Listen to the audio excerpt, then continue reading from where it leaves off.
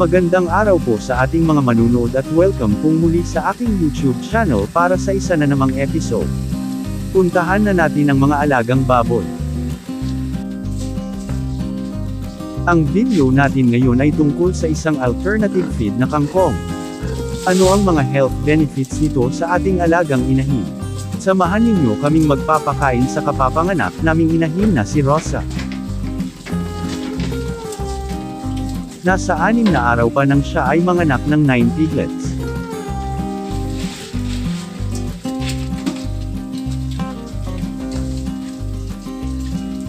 Panoorin lang muna natin at obserbahan kung paano namin pinapakain ang inahin habang nasa lactation period o pagpapagatas sa kanyang mga piglets.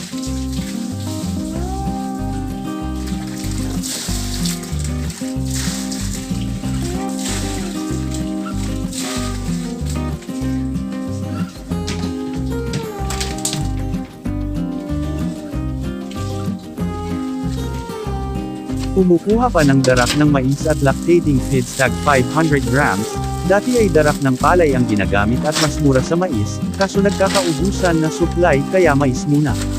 Mixed feeding po ang sistema sa aming pakain. Halos nasa 1 kilogram ang mixed feeds kada rasyon 3 times a day.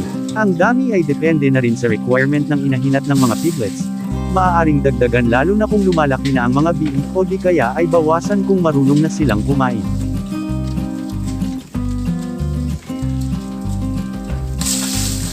Naglagay ng 3 o 4 na tabo ng tubig dahil wet feed ang kami.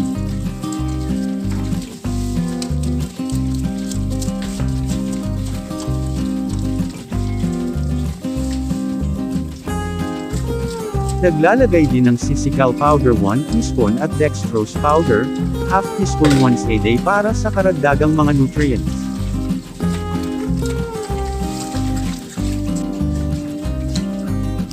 Basically ito ang composition ng pinapakain namin sa nagpapasusong inahin.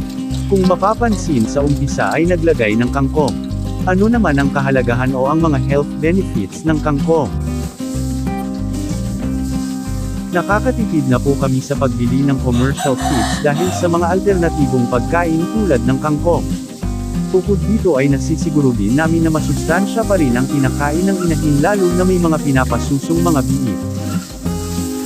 May ibabahagi lang po akong nabasa sa isang website tungkol sa health benefits ng kangkong o water spinach.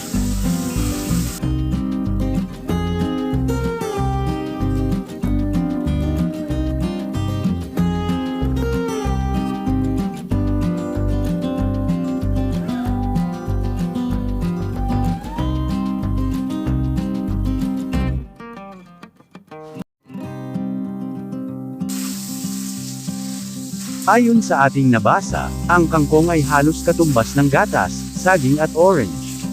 Nagtataglay din ng mga nutrients at vitamina, mayaman din sa potassium at iron.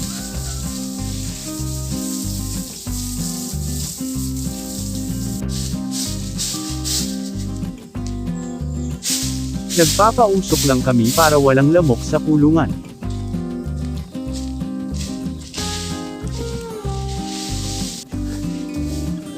Ang darak naman ay more on carbohydrates kaya naglalagay kami ng sisikaw powder dahil may mga taglay din na mga nutrients and minerals para mapunuan ang kakulangan ng darak. Ang dextrose powder naman ay for rehydration lang sa kanya dahil may pinapasuso siya.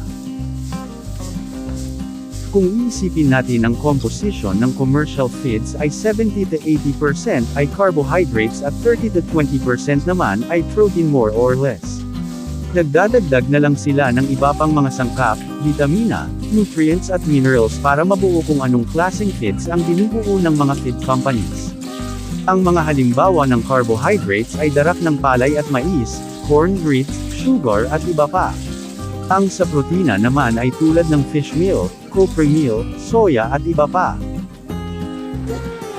Umihi na siya, isa sa mga ginagawa niya bago magpapasuso. Sobra sa kalahating balde ang ihi niya. Ganyan ka-hydrated ang alaga namin parang yung nilagay kanina sa pagpapakain ay halos ganoon din ang nilabas. Tapos na siyang kumain at parang hihiga na, naghihintay naman ang mga piglets para sa gatas.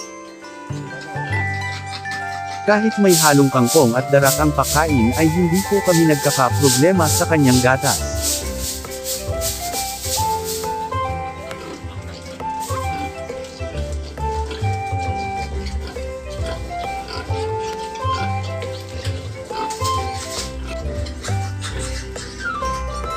Magpapasuso na yata siya dahil nakaabang na ang mga makukulit.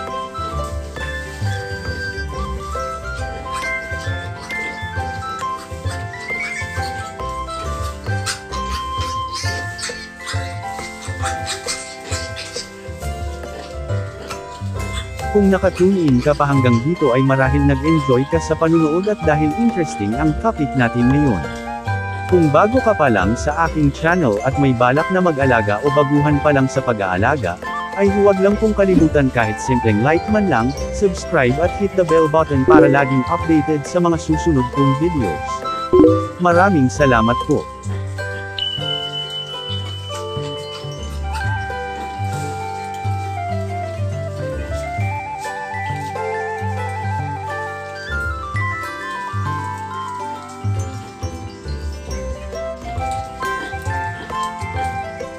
Sagana sila sa gatas.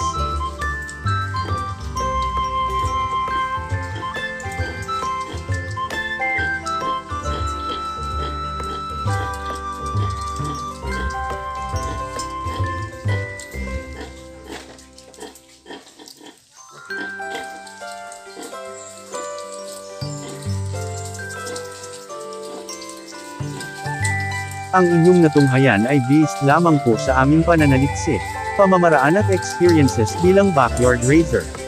Maaaring hindi angkop ang aming pamamaraan sa ibang mga nag-aalaga. Hanggang dito na lamang po ang aking video, sana ay nagustuhan at may nakuhang konting kaalaman sa munti kong naibahagi patungkol sa alternative feeds at kahalagahan ng kangkong. Maraming salamat sa inyong oras sa panunood at happy farming po mga kaibigan.